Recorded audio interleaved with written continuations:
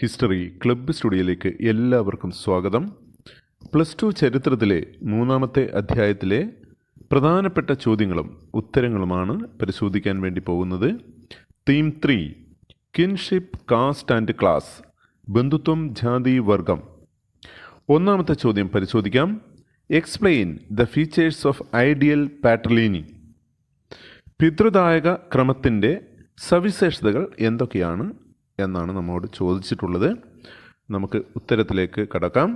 The ideal of patriliny. We can see some examples of changes in kinship in Mahabharata. It describes a feud over land and power between two groups of cousins. They belonged to a single ruling family, Kurus. In this battle, Pandavas emerged victorious and proclaimed patrilineal. Thus, the story of Mahabharata reinforced the idea of patrilineal. Under patrilineal, sons could claim the resources of their father. 6th century BC onwards, most ruling dynasties followed this system. പിതൃദായക ക്രമം എന്ന സങ്കല്പം. പിതൃദായക ക്രമത്തിൽ സ്വത്തിന് അവകാശം ആൺമക്കൾക്കായിരുന്നു. 6-ാം നൂറ്റാണ്ട് മുതൽ രാജവംശങ്ങൾ പിതൃദായക ക്രമമാണ് പിന്തുടരുന്നത്. ബന്ധുത്വത്തിലുള്ള മാറ്റം മഹാഭാരതത്തിൽ കാണാം. ഭൂമിക്കും അധികാരത്തിനും വേണ്ടി ജ്യേഷ്ഠാനുജൻ മക്കൾ തമ്മിലുള്ള ഏറ്റുമുട്ടലാണ് മഹാഭാരതം പറയുന്നത്. അവർ ഒരേ കുടുംബത്തിൽപ്പെട്ടവരായിരുന്നു, കുരുവംശം. യുദ്ധത്തിൽ പാണ്ഡവർ വിജയിച്ചു. പിതൃദായക ക്രമം അനുസരിച്ചുള്ള പിന്തുടർച്ച പ്രഖ്യാപിച്ചു. മഹാഭാരത കഥ പിതൃദായക ക്രമം എന്ന സങ്കല്പത്തെ ശക്തിപ്പെടുത്തി. 2-ാമത്തെ ചോദ്യം. Discuss the rules of marriage existed during the period of Mahabharata.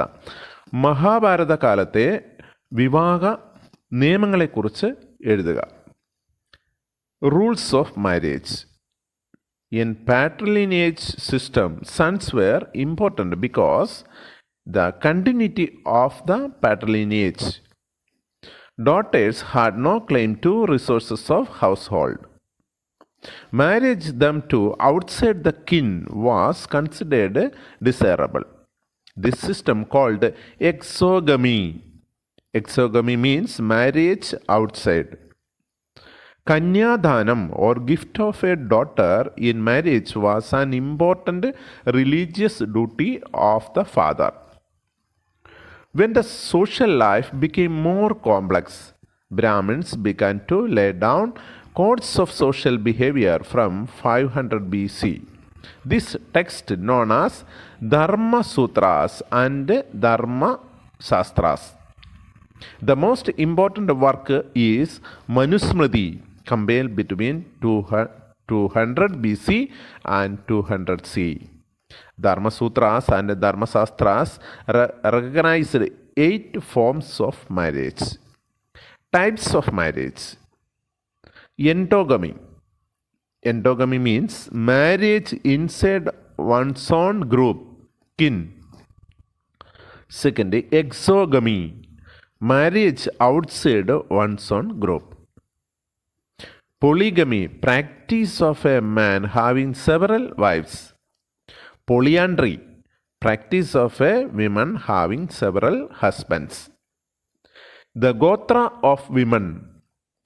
The rules about the Gotra.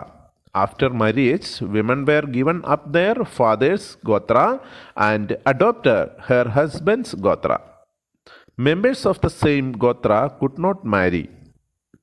Brahmanical rules did not adopt every Gotra. For example, Sadavahanas. Many names of the Sadavahana rulers derived from their mother's Gotra. Some of the women married to Sadavahana rulers belonged to same Gotra. Many names of women who married Sadavahana rulers indicates that their name derived from their father's Gotra, such as Godama and Vasistha. It means it did not adopt their husband's Gotra. Some of them got married from same Gotra. വിവാഹ നിയമങ്ങൾ. പിതൃദായക ക്രമത്തിൽ ആൺമക്കൾക്കായിരുന്നു പ്രാധാന്യം. കാരണം അവരായിരുന്നു പിതൃദായക ക്രമം മുന്നോട്ട് നയിക്കേണ്ടത്. പുരുഷ മേധാവിത്വമാണ് ഇത് സൂചിപ്പിക്കുന്നത്. ആൺകുട്ടികൾക്കായിരുന്നു സ്വത്തിന് അവകാശം. പെൺകുട്ടികൾക്ക് സ്വത്തിന് അവകാശം ഉണ്ടായിരുന്നില്ല. അവരെ രക്തബന്ധത്തിലല്ലാത്ത അന്യ കുടുംബങ്ങളിലേക്ക് വിവാഹം ചെയ്ത് അയച്ചു. ഇതിനെ അന്യഗണ വിവാഹം എന്നായിരുന്നു വിളിച്ചിരുന്നത്. കന്യാദാനം അഥവാ പെൺകുട്ടികളെ വിവാഹം ചെയ്തു കൊടുക്കൽ പിതാവിൻ്റെ മതപരമായ ചുമതലയായിരുന്നു. വിവാഹ രീതികൾ. സ്വഗണ വിവാഹം, ഗണത്തിനകത്തുള്ളവരുമായിട്ടുള്ള വിവാഹം. അന്യഗണ വിവാഹം, ഗണത്തിന് പുറത്തുള്ളവരുമായുള്ള വിവാഹം. ബഹുഭാര്യത്വം, ഒരു പുരുഷന് ഒന്നിലേറെ ഭാര്യമാർ. ബഹുഭർത്തൃത്വം, ഒരു സ്ത്രീക്ക് ഒന്നിലേറെ ഭർത്താക്കന്മാർ. സ്ത്രീകളുടെ ഗോത്രം. 2 ഗോത്ര നിയമങ്ങൾ ഉണ്ടായിരുന്നു. സ്ത്രീകൾ വിവാഹശേഷം പിതാവിൻ്റെ ഗോത്രം ഉപേക്ഷിക്കുകയും ഭർത്താവിൻ്റെ ഗോത്രം സ്വീകരിക്കുകയും വേണം. ഒരേ ഗോത്രത്തിലുള്ളവർ തമ്മിൽ വിവാഹം കഴിക്കരുത്. എന്നാൽ ഈ ഗോത്ര നിയമങ്ങൾ എല്ലാവരും പിന്തുടർന്ന് ഇരുന്നില്ല. ഉദാഹരണം ശതവാഹന്മാർ. 2-ാം നൂറ്റാണ്ട് BC മുതൽ 2-ാം നൂറ്റാണ്ട് CE വരെ ഡക്കാനിലും പടിഞ്ഞാറൻ ഇന്ത്യയിലും ഭരിച്ചവരാണ്. അവരുടെ രാജാക്കന്മാരുടെ പേരുകൾ മാതാക്കളുടെ ഗോത്രങ്ങളിൽ നിന്നും സ്വീകരിച്ചതാണ്. ഉദാഹരണത്തിന് രാജ ഗോതമി പുത ശ്രീ ശതകാനി, രാജ വസിഷ്ഠി ശ്രീ പുലുമായി. ചില സ്ത്രീകൾ തങ്ങളുടെ ഗോത്രത്തിൽ നിന്നു തന്നെ വിവാഹം കഴിച്ചു. ശതവാഹന രാജാക്കന്മാരുടെ ഭാര്യമാരുടെ പേരുകൾ അവരുടെ പിതാക്കന്മാരുടെ ഗോത്രത്തിൽ നിന്നും ഉണ്ടായതാണ്. How do you distinguish between the concept varna and jati? വർണ്ണവും ജാതിയും തമ്മിലുള്ള വ്യത്യാസം എന്താണ് എന്നാണ് നമ്മൾ എഴുതേണ്ടത്. Caste. Caste is a set of hierarchically ordered social categories. This order laid down in Dharma Shastras and Dharma Sutras. Varna system. Brahmins, higher rank, they were priests. Kshatriyas, warriors. Vaishyas, farmers, merchants, and craft people. Shudras, servants and laborers. The right occupation. Dharma Sutras contain rules of ideal occupation of 4 varnas. Brahmins study and teach the Vedas, perform sacrifices, god sacrifices, give and received gift. Kshatriyas engage in warfare, protect the people, administer justice, study the Vedas, god sacrifices, make gift. Vaishyas study the Vedas, sacrifices performed, make gift, engage in agriculture, pastoralism and trade. Shudras assigned only one occupation, serving the 3 higher varnas. Brahmins made some strategies for enforcing these norms. They assert that varna order was of divine origin. They advised the king to ensure that the norms were followed within their kingdom. They pursued that the people that their status was determined by birth. These norms reinforced by stories. Non-Kshatriya kings. According to the Shastras, only Kshatriyas could be kings. However, several ruling dynasties had different origins. For example, Maurya dynasty. Brahmanical texts suggested them as being of low origin. Sungas and Kanwas were Brahmins. Shagas, who came from Central Asia, were regarded as Mlechas. Sadavahana rulers claimed to be unique Brahmins. All this indicates that political power open to anyone who could support and resources. Jati and social mobility. The social categories are referred to as Jatis. Like Varnas, Jati was also based on birth. Varna was fixed at 4. There was no restriction on the numbers of Jatis. In fact, Whenever Brahminical authorities encountered new groups that did not fit into fourfold of Varna system, they classified them as Jadis. For instance, people living in forests such as Nishadas were classified as Jadis. Jadis which shared common occupation or profession were sometimes organized into ശ്രേണീസ് or guild. ജാതി ശ്രേണീക്രമത്തിലുള്ള ഒരു കൂട്ടം സാമൂഹിക വിഭാഗങ്ങളെയാണ് ജാതി എന്ന് പറയുക. ധർമ്മശാസ്ത്രത്തിലും ധർമ്മസൂത്രത്തിലുമാണ് ഈ ക്രമത്തെക്കുറിച്ച് പറയുന്നത്. വർണ്ണങ്ങൾ 4 എണ്ണം. ബ്രാഹ്മണർ ഉയർന്ന വിഭാഗമാണ്, പുരോഹിതന്മാരാണ്. ക്ഷത്രിയന്മാർ സൈനികർ. വൈശ്യന്മാർ കൃഷിക്കാർ, കച്ചവടക്കാർ, കരകൗശല ഉൽപ്പാദകരാണ്. ശൂദ്രന്മാർ വേലക്കാർ, തൊഴിലാളികൾ, തൊട്ടുകൂടാത്തവർ. സമൂഹത്തിൽ ഏറ്റവും താഴ്ന്ന വിഭാഗമാണ് ശൂദ്രന്മാർ. ജാതിയും വർണ്ണവും നിർണ്ണയിക്കുന്നത് ജനനത്തിൽ കൂടിയാണ്. ബ്രാഹ്മണർ വർണ്ണവ്യവസ്ഥയെ ന്യായീകരിക്കാൻ ഋഗ്വേദത്തിലെ പുരുഷ സൂക്തമാണ് ചൂണ്ടിക്കാണിക്കാറുള്ളത്. ഇത് പ്രകാരം ബ്രാഹ്മണർ ആദിപുരുഷൻ്റെ വായിൽ നിന്നും, ക്ഷത്രിയർ കൈകളിൽ നിന്നും, വൈശ്യർ തുടകളിൽ നിന്നും, ശൂദ്രർ പാദങ്ങളിൽ നിന്നുമാണ് ജനിച്ചത്. ശരിയായ തൊഴിൽ. ബ്രാഹ്മണർ ഈ സാമൂഹ്യ നിയമങ്ങൾ അടിച്ചേൽപ്പിക്കാൻ ചില തന്ത്രങ്ങൾ പ്രയോഗിച്ചു. വർണ്ണസമ്പ്രദായം ഈശ്വര സൃഷ്ടിയാണെന്ന് പ്രചരിച്ചു. ഈ നിയമങ്ങൾ നടപ്പിലാക്കുന്നുണ്ടെന്ന് ഉറപ്പുവരുത്താൻ രാജാവിനെ ഉപദേശിച്ചു. പദവികൾ ലഭിക്കുന്നത് ജനനത്തിൽ കൂടിയാണെന്ന് ജനങ്ങളെ ബോധ്യപ്പെടുത്തി. ഈ വ്യവസ്ഥയെ കഥകളിൽ കൂടി ശക്തിപ്പെടുത്തി. മഹാഭാരതം, പുരാണം മുതലായവ ഉദാഹരണങ്ങളാണ്. ക്ഷത്രിയർ അല്ലാത്ത രാജാക്കന്മാർ. ശാസ്ത്രങ്ങളിൽ പറയുന്നത് ക്ഷത്രിയന്മാർക്ക് മാത്രമേ രാജാവാകാൻ കഴിയുള്ളൂ എന്നാണ്. എന്നാൽ പല രാജവംശങ്ങളുടെയും ഉത്ഭവം അങ്ങനെയായിരുന്നില്ല. ഉദാഹരണം, മൗര്യന്മാർ. ബ്രാഹ്മണ ഗ്രന്ഥങ്ങളിൽ പറയുന്നത് താഴ്ന്ന വിഭാഗമായിരുന്നു എന്നാണ്. മൗര്യന്മാർക്ക് ശേഷം അധികാരത്തിൽ വന്ന സുങ്കന്മാരും കണ്വന്മാരും ബ്രാഹ്മണരായിരുന്നു. അതുകൊണ്ട് സമ്പത്തും അംഗീകാരവുമുള്ള ഏതൊരാൾക്കും രാഷ്ട്രീയ അധികാരം ലഭിക്കുമെന്നാണ് ഇത് സൂചിപ്പിക്കുന്നത്. ശാകന്മാർ മധ്യ ഏഷ്യയിൽ നിന്ന് വന്നവരാണ്. അവരെ മ്ലേച്ഛന്മാരായിട്ടാണ് ബ്രാഹ്മണർ പരിഗണിച്ചിരുന്നത്. ശതവാഹനന്മാർ ഏക ബ്രാഹ്മണന്മാരാണെന്നാണ് അവകാശപ്പെട്ടിരുന്നത്. What is the hint we get about the lineage of the dynasty from the name Gomadiputra Shatakarni? ഗോമതിപുത്ര Satakarni എന്ന പേരിൽ നിന്ന് ഏത് രാജവംശത്തിൻ്റെ വംശാവലിയാണ് നമുക്ക് ലഭിക്കുന്നത്? Satavahana rulers identified through matronymic names derived from that of the mother. It indicates that mother's position was important. For example, Raja Godamiputta Sri Shatakani, Raja Vasistaputta Sri Pulumai. Succession to the throne was generally patrilineal. ശതവാഹന്മാർ 2-ാം നൂറ്റാണ്ട് BC മുതൽ 2-ാം നൂറ്റാണ്ട് CE വരെ ഡക്കാനിലും പടിഞ്ഞാറൻ ഇന്ത്യയിലും ഭരിച്ചിരുന്ന രാജവംശമായിരുന്നു.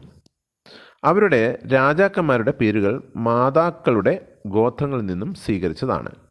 ഉദാഹരണത്തിന് രാജ ഗോതമി പുത ശ്രീ ശതകാനി, രാജ വസിസ്ഥി Shri പുലുമായി.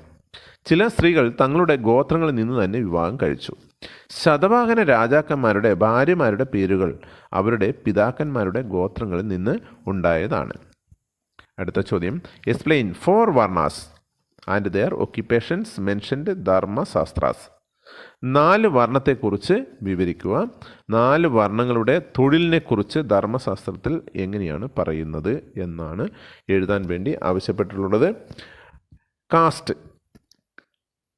Caste is a set of hierarchically ordered social categories. This order laid down Dharmasastras and Dharma Sutras. Varna system. Brahmins higher rank, they were priests. Kshatriyas, they were warriors. Vaishyas, they were farmers and merchants, craft people. Shudras, servants, laborers. ധർമ്മസൂത്രം ഓരോ വിഭാഗത്തിലെയും തൊഴിലിനെ കുറിച്ച് പറയുന്നുണ്ട്. ബ്രാഹ്മണർ വേദം പഠിക്കുകയും പഠിപ്പിക്കുകയും ചെയ്യുക, യാഗങ്ങൾ നടത്തുക, സമ്മാനങ്ങൾ സ്വീകരിക്കുക. ക്ഷത്രിയന്മാർ യുദ്ധത്തിൽ ഏർപ്പെടുക, ജനങ്ങളെ സംരക്ഷിക്കുക, നീതി നിർവഹണം, വേദപഠനം, യാഗങ്ങൾ സംഘടിപ്പിക്കുക, സമ്മാനങ്ങൾ നൽകുക. വൈശ്യർ വേദപഠനം, യാഗങ്ങൾ സംഘടിപ്പിക്കുക, സമ്മാനം നൽകുക, കൃഷിയിൽ ഏർപ്പെടുക, കന്നുകാലികളെ വളർത്തുക, കച്ചവടം ചെയ്യുക. ശൂദ്രർ ഒരു തൊഴിൽ മാത്രമേ ഉണ്ടായിരുന്നുള്ളൂ, ഉയർന്ന 3 വർഗങ്ങളെയും സേവിക്കുക. അടുത്ത ചോദ്യം, prepare an account of social differentiation in early India and state how it affected the lower cast people. സാമൂഹ്യ വിഭജനത്തെക്കുറിച്ച് എഴുതുക. താഴ്ന്ന വിഭാഗത്തിലെ ജനങ്ങൾക്ക് എങ്ങനെയാണിത് ബാധിച്ചിട്ടുള്ളത് ആണ് നമ്മൾ എഴുതേണ്ടത് എന്നുള്ള ഒരു ചോദ്യമാണ്. സോഷ്യൽ ഡിഫറൻസസ്, സാമൂഹ്യ വ്യത്യാസങ്ങളാണ്. Within and beyond the framework of caste. Caste നേരത്തെ നമ്മൾ 2 പ്രാവശ്യം പറഞ്ഞാണ് എന്താണ് കാസ്റ്റ് എന്നുള്ളത്. Caste is a set of hierarchically ordered social categories. These order laid down in Dharma Shastras and Dharma Sutras. Varna system: Brahmins, Kshatriyas, Vaishyas, Sudras. Untouchables: the right occupation. Dharma Sutras contain rules of ideal occupation of 4 Varnas. Brahmins: study and teach the Vedas, perform sacrifices, got sacrifices, give and received gift. Kshatriyas: engage in warfare, protect the people, administer justice, study the Vedas, got sacrifices, make gift. Vaishyas: study the Vedas, sacrifice performed, make gift, engage in agriculture, pastoralism and trade. Sudras: assigned only one occupation, serving the 3 higher Varnas. Brahmins made some strategies for enforcing these norms. They assert that Varna order was of divine origin.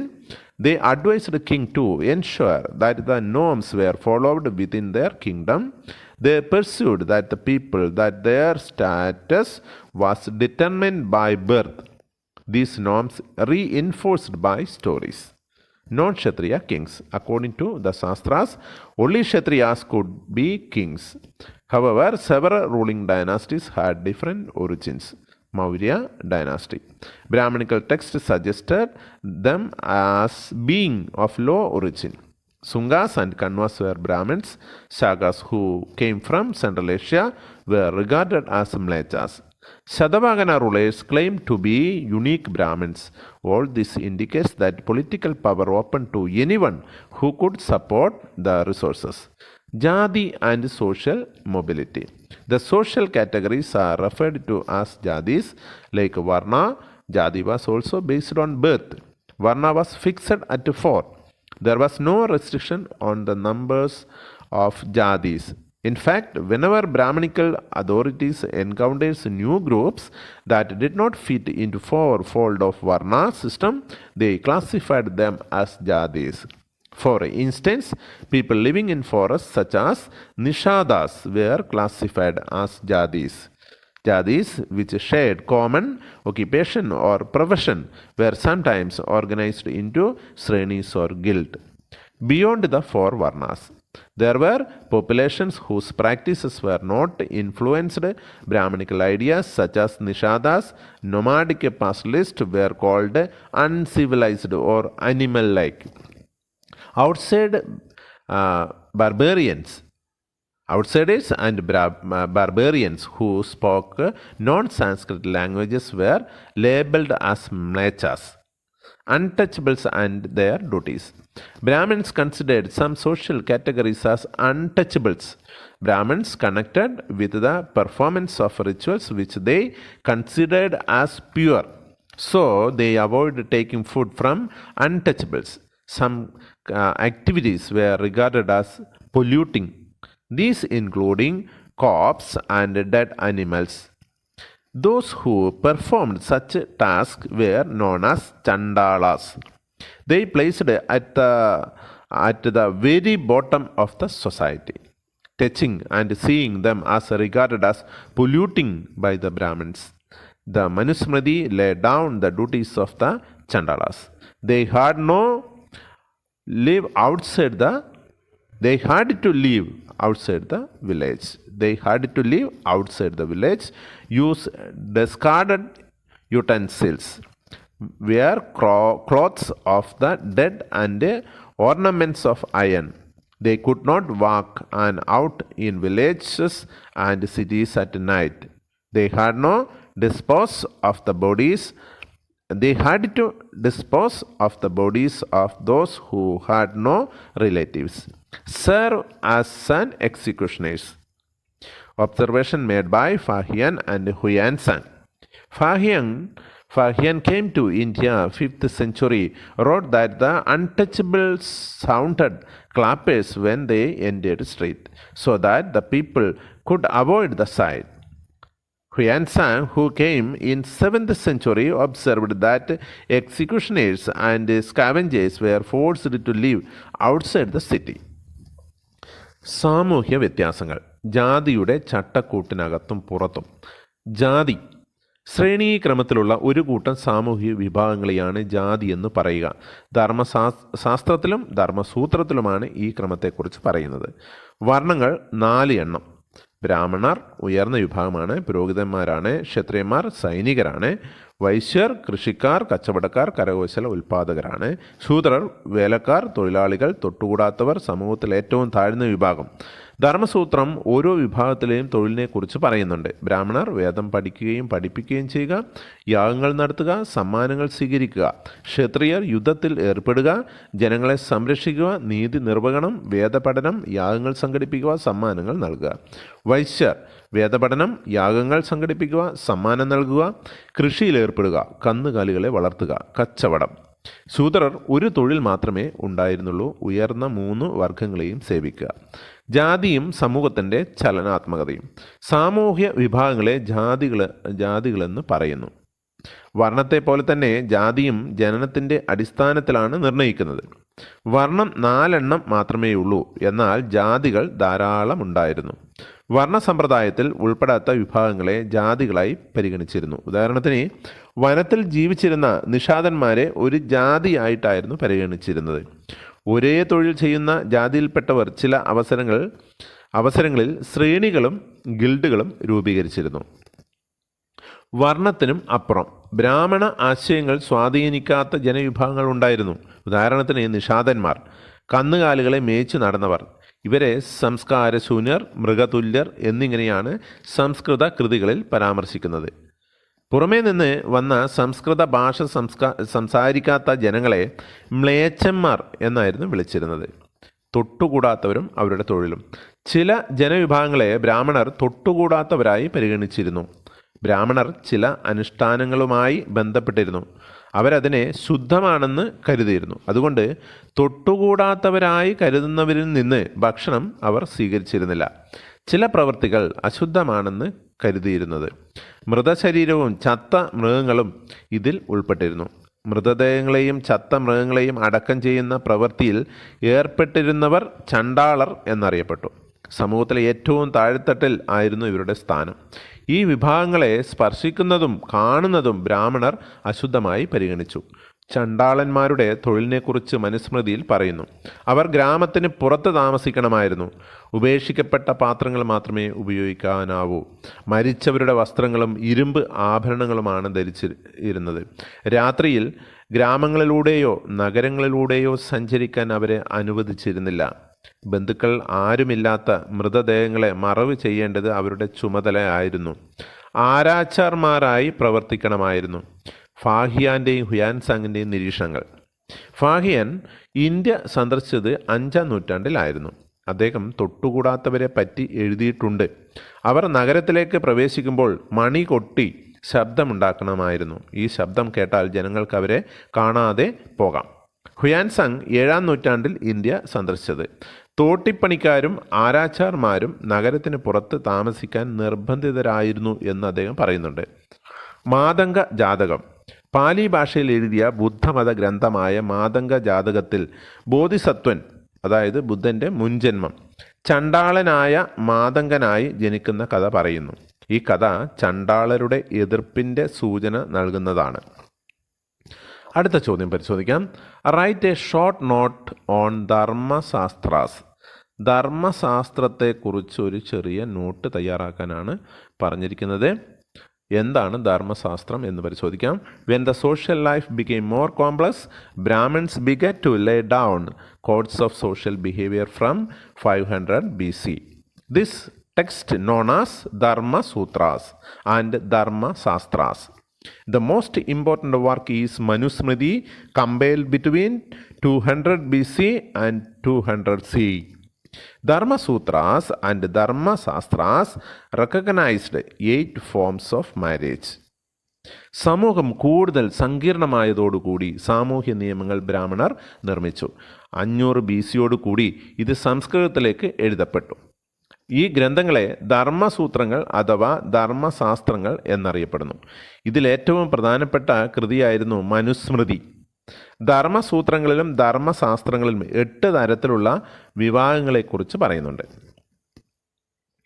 What all should be taken into consideration while accepting the Mahabharata as a source to write history. Mahabharatam ഒരു സ്രോതസ്സായി പരിഗണിച്ചുകൊണ്ട് രചന നടത്തുമ്പോൾ ചരിത്രകാരന്മാർ എന്തൊക്കെ ആണ് പരിഗണിക്കേണ്ടത്, ഏതൊക്കെ മേഖലകളാണ് പരിഗണിക്കേണ്ടതെന്നാണ് നമ്മോട് ചോദിച്ചിട്ടുള്ളത്. നമുക്ക് നോക്കാം. മഹാഭാരതം ഒരു സ്രോതസ്സായി, ചരിത്രരചനയ്ക്ക് ഒരു സ്രോതസ്സായി സ്വീകരിക്കുമ്പോൾ എന്തൊക്കെ കാര്യങ്ങളാണ് പരിഗണിക്കേണ്ടത്. Historians and the Mahabharata. The following elements are considering when analyzing Mahabharata. Language of the text. Whether it was ordinary people's language or the language of the Brahmins and elites. Kind of text. Whether it was mantra or story. Author's perspective in writing the text. The audience to whom it was written. The date of the composition or completion of the text. The place of composition. ചരിത്രകാരന്മാരും മഹാഭാരതം വിശകലനം ചെയ്യുമ്പോൾ താഴെ പറയുന്ന കാര്യങ്ങൾ പരിഗണിക്കണം. 1. ഭാഷ. സാധാരണക്കാരുടെ ഭാഷയാണോ, ബ്രാഹ്മണരുടെ മറ്റും ഉയർന്ന വിഭാഗക്കാരുടെയും ഭാഷയാണോ എന്ന് പരിശോധിക്കുക. ഏത് തരത്തിലുള്ള ഗ്രന്ഥം, മന്ത്രരൂപത്തിലുള്ളതോ കഥാരൂപത്തിലുള്ളതോ എന്ന് പരിശോധിക്കണം. ഗ്രന്ഥകർത്താക്കളുടെ വീക്ഷണങ്ങൾ പരിശോധിക്കണം. ഏത് തരം വായനക്കാർക്ക് വേണ്ടിയാണ് ഗ്രന്ഥം എഴുതിയെന്ന് പരിശോധിക്കുന്നു. ഗ്രന്ഥം രചിച്ച കാലഘട്ടം കണ്ടെത്താൻ ശ്രമിക്കുന്നു. ഗ്രന്ഥം രചിച്ച സ്ഥലം കണ്ടെത്താൻ ശ്രമിക്കുന്നു. Why is Mahabharata called dynamic text? Mahabharatam ഒരു ഊർജ്ജസ്വല ഗ്രന്ഥമായി കരുതുന്നത് എന്തുകൊണ്ടാണ്? Mahabharata, a dynamic text. Mahabharata was written in a variety of languages. Those people who wrote version of the epic added stories circulated in their localities. The central story of epic was often retold in many ways. Episodes were depicted in sculpture and painting. They also provide themes for a wide range of performing arts, dance, and other kinds of narration. One of the best examples of retelling of the Mahabharata is the famous short story Kundi O Nishadi. It was written by Mahasweta Devi, an Indian writer in Bengali and an activist. Mahabharatam ഒരു ഊർജ്ജസ്വല ഗ്രന്ഥം. മഹാഭാരതം വ്യത്യസ്ത ഭാഷകളിൽ രചിച്ചിട്ടുണ്ട്. ഇതിഹാസം വിവിധ പതിപ്പുകളിൽ എഴുതപ്പെട്ടപ്പോൾ അവരുടെ പ്രദേശത്ത് പ്രചരിച്ചിരുന്ന കഥകൾ ഇതിൽ ചേർക്കപ്പെട്ടു. കേന്ദ്രകഥ പല വിധത്തിൽ പുനർവായിക്കപ്പെട്ടു. ഇതിഹാസത്തിലെ പല സംഭവങ്ങളും ചിത്രങ്ങളായും ശില്പങ്ങളായും ചിത്രീകരിക്കപ്പെട്ടു. നാടകങ്ങൾ, നൃത്തങ്ങൾ, മറ്റ് അനുഷ്ഠാന കലകൾക്ക് പ്രമേയമായി. മഹാഭാരത കേന്ദ്രകഥയുടെ അടിസ്ഥാനത്തിൽ മഹാശ്വേതാദേവി എഴുതിയ കഥയാണ് കുന്തി ഓ നിഷാദി. മഹാശ്വേതാദേവി ബംഗാളി എഴുത്തുകാരിയാണ്. എല്ലാ തരത്തിലുള്ള ചൂഷണത്തിനും പീഡനത്തിനുമെതിരെ ശബ്ദമുയർത്തുന്ന എഴുത്തുകാരിയാണ് മഹാശ്വേതാദേവി. നിങ്ങൾക്ക് ഈ വീഡിയോ വളരെയധികം ഉപകാരപ്പെട്ടിട്ടുണ്ടാകും എന്ന് ഞാൻ കരുതുന്നു. അടുത്ത ചാപ്റ്ററിൻ്റെ അടുത്ത അധ്യായത്തിൻ്റെ പ്രധാനപ്പെട്ട ചോദ്യങ്ങളും ഉത്തരങ്ങളുമായി നമുക്ക് അടുത്ത വീഡിയോയിൽ കണ്ടുമുട്ടാം.